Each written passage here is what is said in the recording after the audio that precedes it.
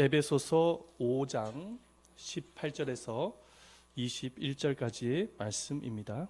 에베소서 5장 18절에서 21절까지 말씀입니다.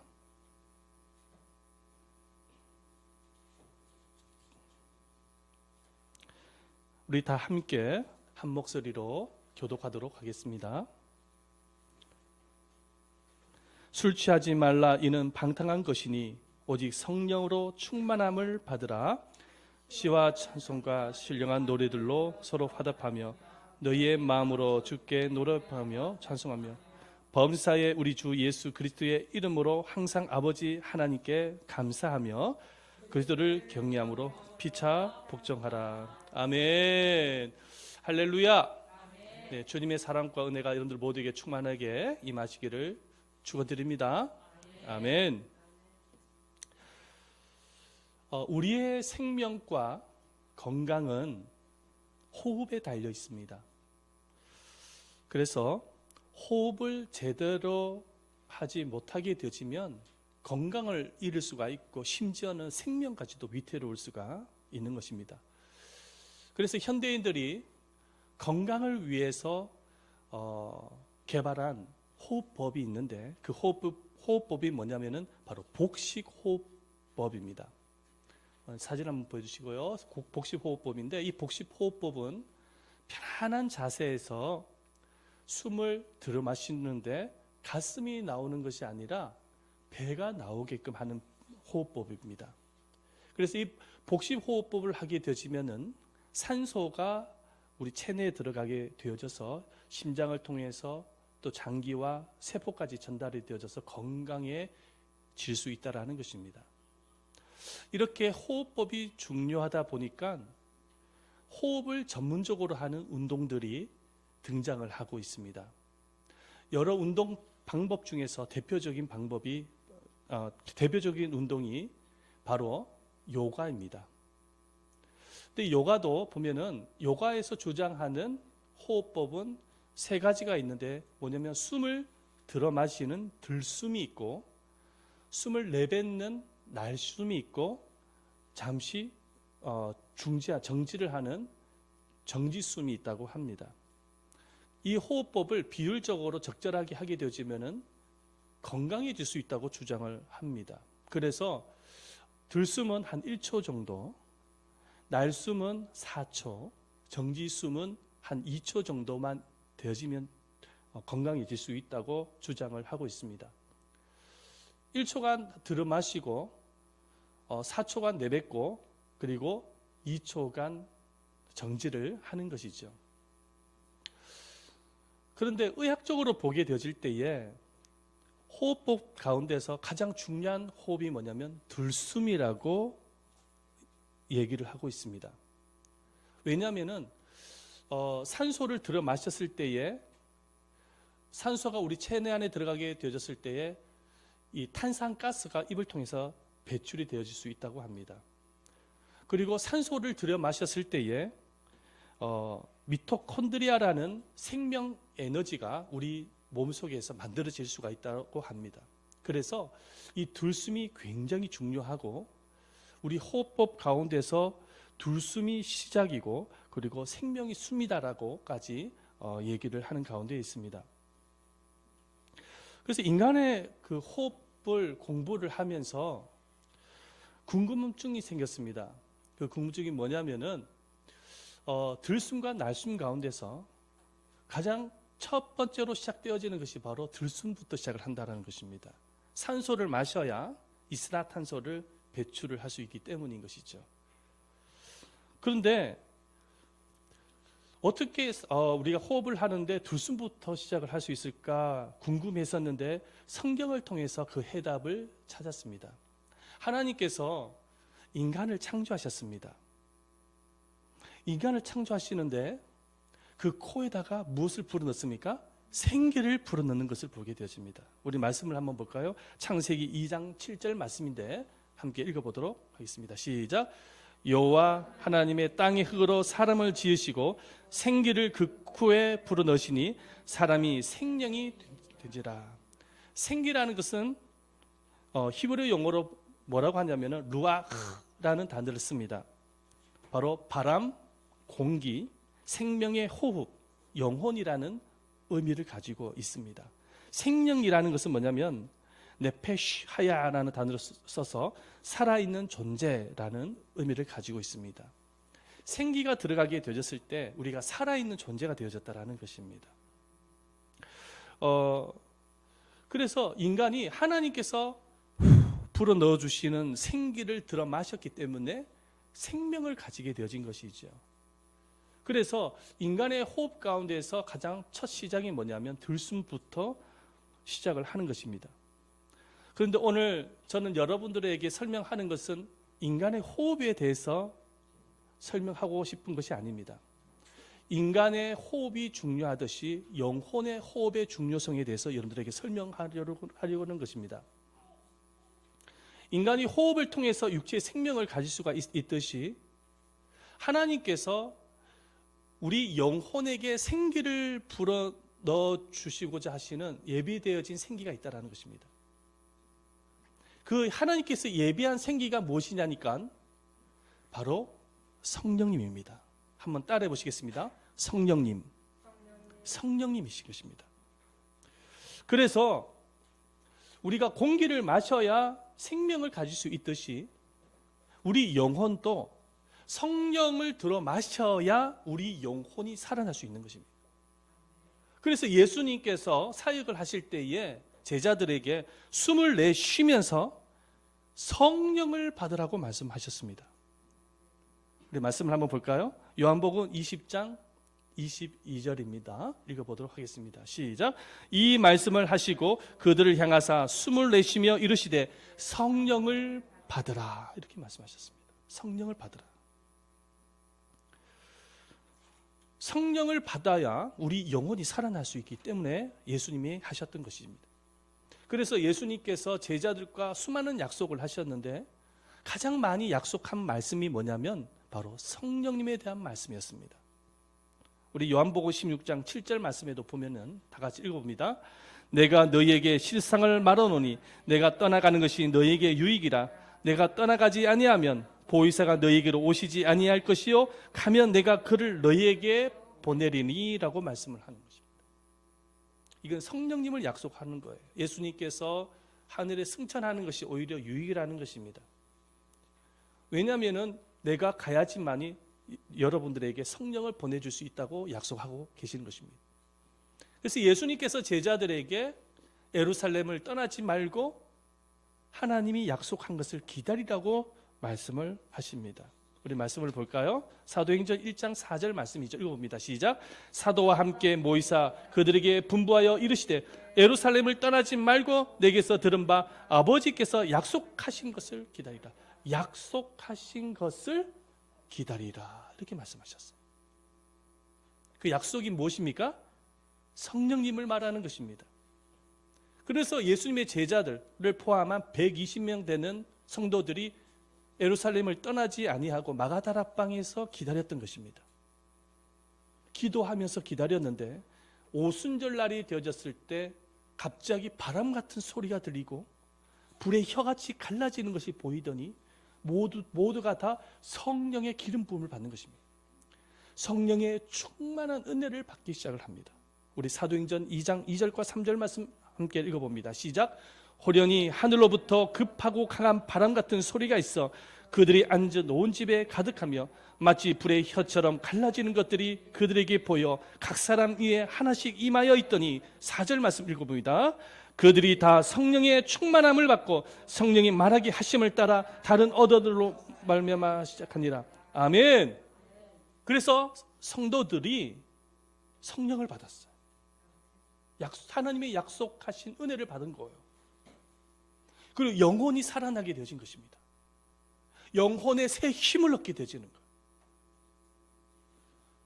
성령이 임하시면 너희가 무엇을 받고? 권능을 받고라고 말씀을 하셨는데 두나미스, 다이나마이트와 같은 파워 같은 능력을 갖게 되어진 것입니다. 이 세상에는 하나님께서 우리들에게 우리에게 부어주실 수많은 복이 있습니다. 건강의 복도 복이고, 자녀의 복도 복이고, 사업이 잘 되어지는 것도 복이고, 재물이 많아지는 것도 복입니다. 그런데 하나님께서 우리들에게 가장 이보다 더 큰 복을 주시기를 원하시는데, 가장 큰 복은 무엇이냐면은 여러분 기억하시기를 바랍니다. 성령을 받는 것입니다. 아멘. 성령을 받는 것이 가장 큰 복 중의 복인 것입니다. 왜냐하면은 성령이 내 안에 오셔야 구원을 받을 수 있는 것입니다. 성령님이 내 안에 오셔야 구원에 대한 믿음을 가질 수가 있게 되어지는 것이고, 성령님이 내 안에 오셔야 예수님을 닮은 인격을 가질 수가 있는 것이고, 성령님이 내 안에 오셔야 두나미스, 하나님의 파워와 능력을 가질 수가 있는 것입니다. 성령님이 내 안에 오셔야 성령님께서 진리로, 축복의 길로, 풍성한 길로 우리를 안내하시는 거예요. 성령님이 내 안에 오셔야 되는 것입니다. 성령님이 내 안에 오셔서 성령님과 함께 인생을 살아가는 것과 성령님 없이 육의 모습으로 살아가는 것은 차원이 다른 것입니다. 그래서 예수님께서 성령을 받으라고 말씀하신 것입니다. 자, 그렇다면은 어떻게 해야지만이 우리가 성령을 받을 수 있을까요? 예수님을 믿어야 합니다. 자, 우리가 복음을 듣고 마음의 문을 열어서 예수님을 내 마음속으로 영접을 할 때에 우리 영혼의 신비한 체험을 하게 되십니다. 우리 영혼의 신비한 체험을 하게 되어지는데 어떤 체험을 하게 되어지냐니까 하나님의 영이 순식간에 우리의 영 속에 들어오는 거예요. 보이진 않습니다. 눈에 보이진 않아요. 순간적으로 순식간에 내가 예수님을 영접하는 순간에 하나님의 영이 우리 안에 들어오는 거예요.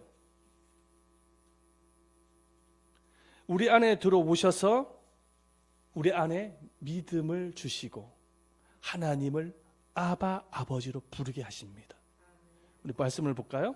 갈라디아서 4장 6절 말씀입니다. 다 같이 읽어봅니다. 천천히 시작. 너희가 아들임으로 하나님이 그 아들의 영을 우리 마음 가운데 보내사 아바 아버지라 부르게 하셨느니라. 아멘. 여러분, 하나님을 향해서 아바 아버지라고 부르게 되어진 것은 나의 의지적으로 되어진 것이 아니에요. 성령님이 내 안에 오셔야 하나님을 아버지로 인정을 하게 되어지는 겁니다. 자, 예수님께서 이렇게 말씀하셨어요. 우리 한번 보십시다. 고린도전서 12장 3절 말씀도 한번 읽어봅니다. 시작. 성령으로 아니하고서는 누구든지 예수를 주시라 할 수 없느니라. 아멘. 우리가 예수님을 나의 주 나의 하나님으로 고백하게 되어지는 것은 성령님이 오셨다는 증거인 거예요. 성령님이 내 안에 내 영 속에 들어오셔서 생명을 주신 거예요. 그리고 믿음을 주신 것이고 하나님을 아버지로고 예수님을 나의 주 나의 하나님으로 알게 하신 것입니다. 그래서 내가 예수를 믿게 되어지면 성령님이 우리 안에 오시는 것입니다. 이러한 신비적 영적 체험은 나의 의지와는 상관없이 자연스럽게 이루어지는데 이런 현상을 거듭남 또는 중생이라고 말을 합니다. 그래서 예수님은 구원에 대해서 궁금증을 갖고 있었던 니고데모에게 이런 말씀을 전하십니다. 우리 말씀 볼까요? 요한복음 3장 3절 말씀입니다. 읽어보도록 하겠습니다. 시작. 예수께서 대답하여 이르시되 진실로 진실로 내게 이르노니 사람이 거듭나지 아니하면 하나님의 나라를 볼 수 없느니라. 아멘. 여기서 거듭나지 아니하면 하나님의 나라를 볼 수 없다, 이렇게 말씀합니다. 다시 말해서 하나님을 볼 수도 없고 천국에 들어갈 수도 없고 천국에 대한 소망을 가질 수 없다라는 거예요. 내 영혼이 거듭나야지만이 천국을 볼 수 있다는 것입니다. 그런데 성령님이 내 안에 오셔서 하시는 역사가 뭐냐면 바로 거듭남의 역사인 것입니다. 자, 요한복음 3장 5절 말씀 읽어봅니다. 시작. 예수께서 대답하여 이르시되 진실로 진실로 내게 이르노니 사람이 물과 성령으로 나지 아니하면 하나님의 나라에 들어갈 수가 없느니라. 성령으로 나지 아니하면 천국에 갈 수 없다는 거예요. 성령이 내 안에 오셔야 믿음을 갖게 되어지고 구원의 생명을 갖게 되어져서 천국에 간다는 것입니다.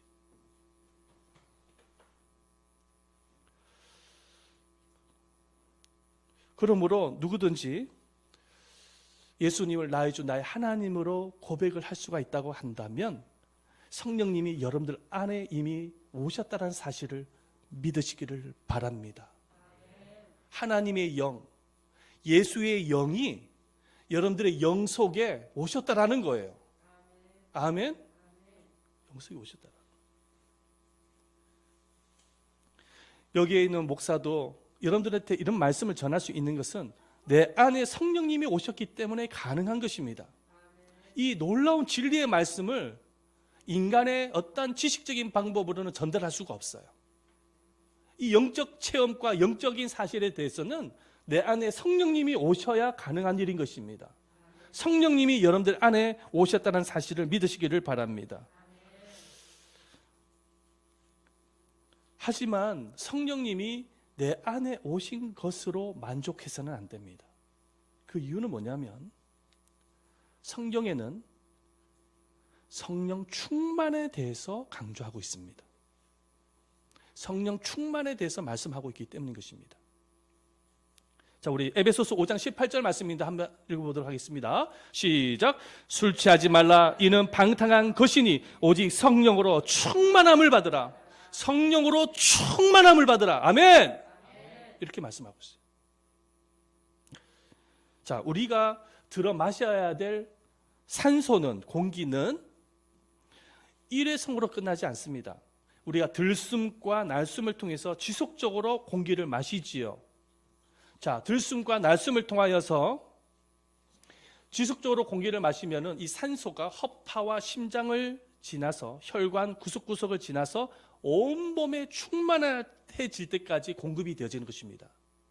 산소가 내 입을 통하여 들어오게 되어졌을 때 머리끝에서 발끝까지 우리의 모든 구석구석에 산소로 가득하게 되어지는 것이죠. 그렇게 되어질 때에 건강해질 수가 있고 생명을 가질 수가 있는 것이죠. 마찬가지로 성령님도 마찬가지인 것입니다. 성령님은 이미 여러분들의 마음속에 내주하고 계시는 것입니다. 그러나 우리가 기도와 말씀으로 성령님이 전인격적으로 충만하게 되어질 때에 비로소 예수님을 닮은 진정한 그리스도인, 능력의 그리스도인, 하나님의 음성을 듣고 순종할 수 있는 그리스도인, 아브라함의 축복을 계승할 수 있는 축복의 통로가 되어질 수가 있는 것입니다. 그래서 성경은요, 성령 충만함을 강조하기 위해서 술 취함과 비교해서 이렇게 설명하고 있는 것을 볼 수가 있는데, 여러분, 사람이 술에 취하면은 어떤 현상이 일어납니까? 사람이 술을 먹는 것이 아니라 술이 사람을 먹습니다.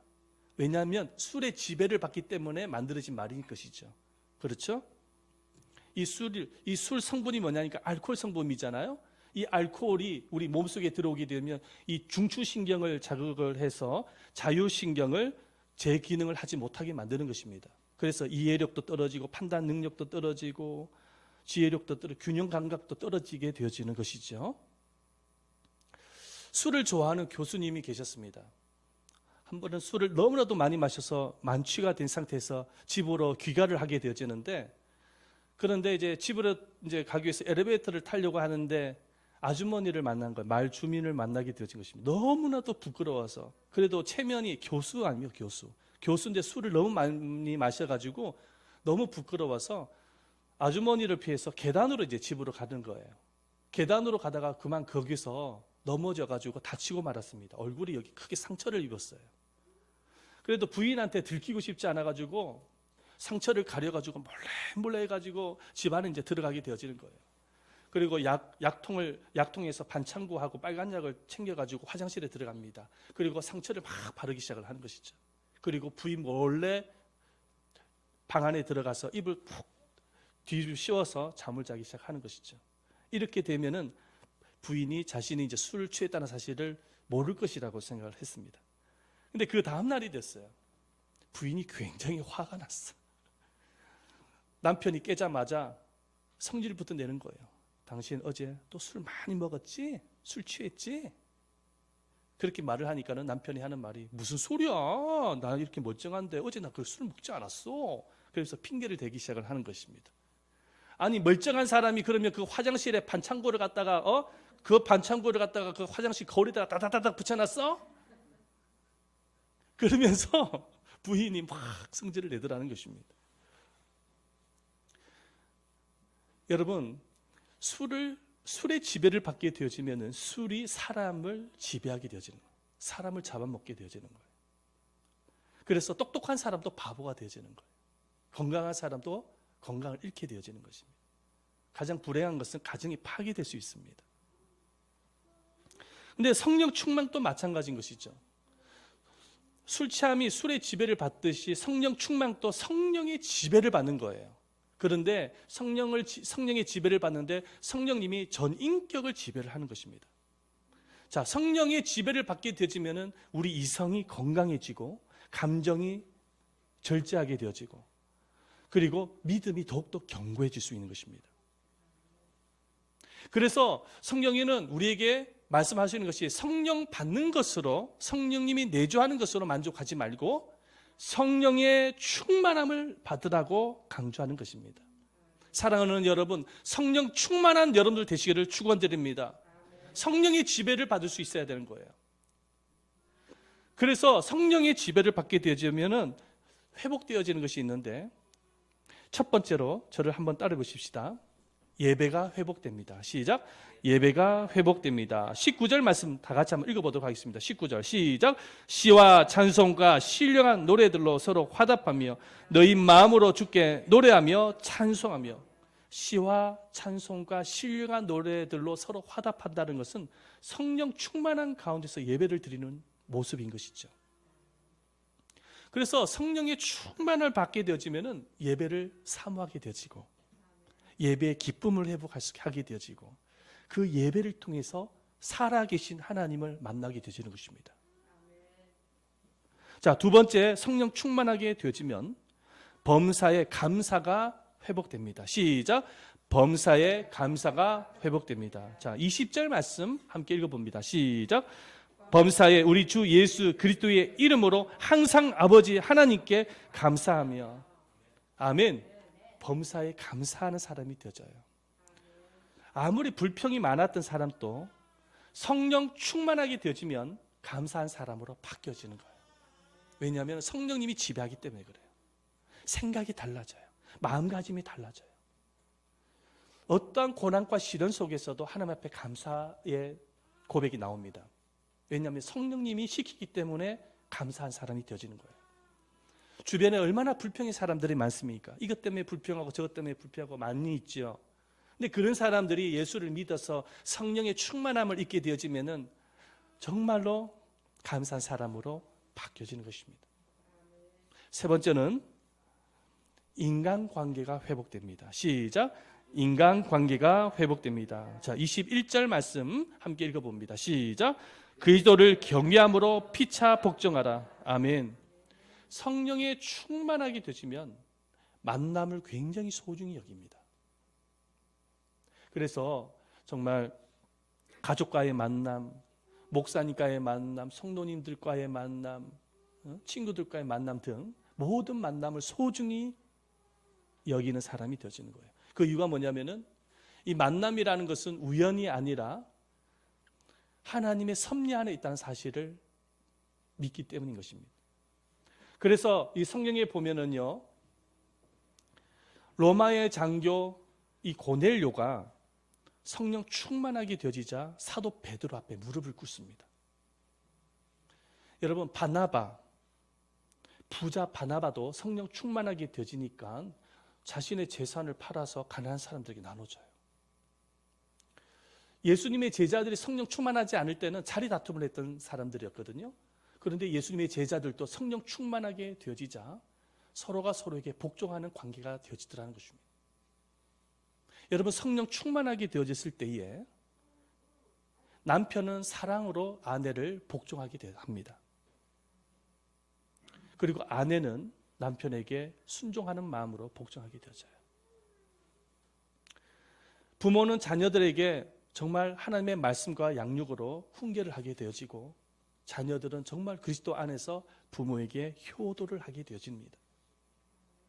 여러분, 성령 충만하게 되어지면 관계가 회복이 되어져요. 그 외에도 성령이 충만하게 되어지면 게을렀던 사람이 부지런하게 되어집니다.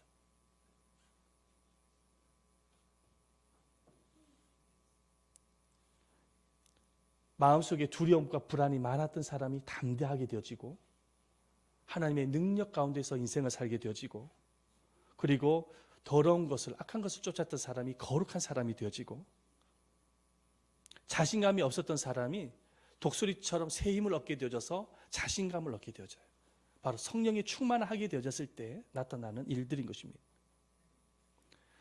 사랑하는 여러분, 성령 충만한 여러분들 되시기를 예수님의 이름으로 축원드립니다. 아멘. 그래서 성령 충만하게 되어졌을 때, 오늘 성경을 보니까 말씀을 보면은요, 불가능하게 보여졌던 복음의 열매도, 불가능하게 보였던 교회의 부흥도 성령 충만하게 되어지니까는 열매로 나타나게 되어지는 것을 보게 되십니다. 그것은 사람의 능력이 아니라 하나님이 주시는 능력 가운데서 열매로 나타나게 되어지는 것입니다. 성령 충만하게 되어졌을 때 여러분들의 사업도, 여러분들 직장 생활도, 자녀 양육도 성령 충만하게 되어질 때 하나님의 능력과 지혜로 감당하게 되어지는 것입니다. 자, 그렇다면 여러분, 이렇게 하나님께서 우리에게 주시는 복이 있는데 가장 큰 복이 뭐냐면 바로 성령 충만해지는 복인 것입니다. 자, 그렇다면 여러분들 모두가 성령 충만해지기를 바랍니까? 성령의 복을 받기를 원하십니까? 자, 그렇다면 성령의 복을 받기 위해서는 어떻게 해야 되는 것일까요? 자, 첫 번째, 저를 한번 따라 보십시다.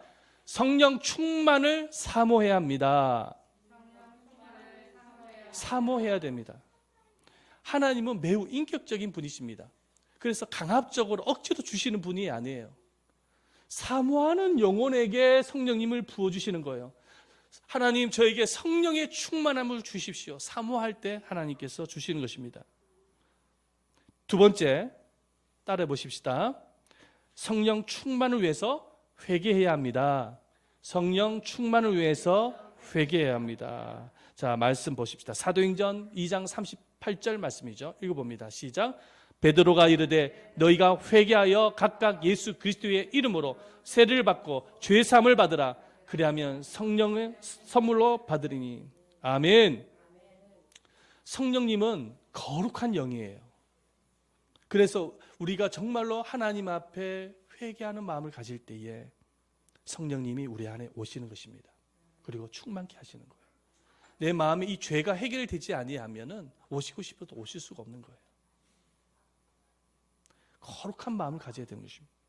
자, 세 번째 읽어봅니다. 시작. 성령 충만을 받기 위해서 기도해야 합니다. 자, 누가복음 11장 13절 말씀이죠. 읽어보도록 하겠습니다. 시작.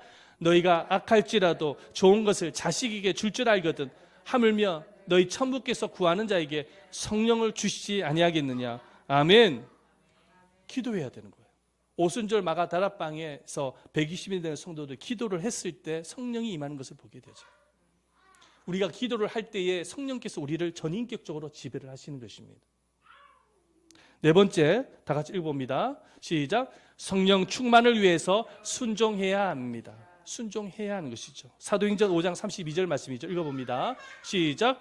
우리는 이 일의 증인이요 하나님이 자기에게 순종하는 사람들에게 주신 성령도 그러니라. 아멘. 순종하는 사람들에게 성령을 주신다고 말씀하고 있어요.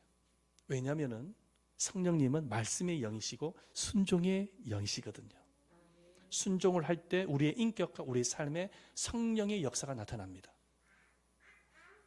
그러므로 사랑하는 여러분, 성령 충만함을 사모하는 여러분들 되시기를 축원드립니다. 여러분, 진짜 꽃과 조화와 차이점이 뭔지 아십니까?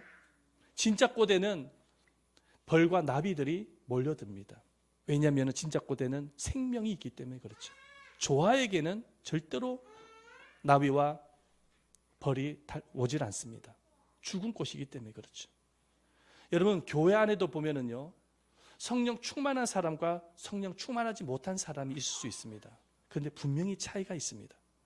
성령 충만한 사람은 예배를 사모합니다. 생명이기 때문에 예배를 사모해요. 말씀과 기도를 사모합니다. 그리스도의 복음을 전하는 것을 굉장히 관심 있어 합니다. 그리고 성령 안에서 풍성한 삶을 누리게 되어지는 것이죠. 하지만 성령 충만하지 못할 때는 예배에 기쁨이 없어요. 항상 영적으로 무기력해요. 그리고 하나님께서 주시고자 하시는 영적인 축복에 대해서 별로 관심이 없어요. 성령 충만하지 못하기 때문에. 그래서 우리가 정말 이 신년에 사모해야 할 복은 뭐냐면, 여러 가지 복이 있지만 첫 번째로 뭐냐면 성령의 복을 받는 거예요. 우리가 성령의 충만함을 받아야 돼요. 그래서 이 신년을 새롭게 시작을 해야 되는 거예요. 이전 것은 지나갔습니다. 여러분, 이전 것은 더 이상 생각하지 마시기를 바랍니다. 힘들고 어려웠던 거, 실패했던 거 생각하지 마세요. 이제 우리가 정말로 생각해야 될 것은 이 신년에, 2021년 신년에 성령을 받아서 성령님과 함께 새롭게 시작을 하는 거예요. 그렇게 되어졌을 때 성령님이 여러분들에게 파워, 능력이 되어주시고 길이 되어주시고 지혜가 되어주실 줄 믿으시기를 바랍니다. 그래서 우리 시간에 한번 이 시간에 기도하도록 하십시다. 우리는 기도할 때 성령님은 지금 이 시간에 여러분들 안에 와 계십니다.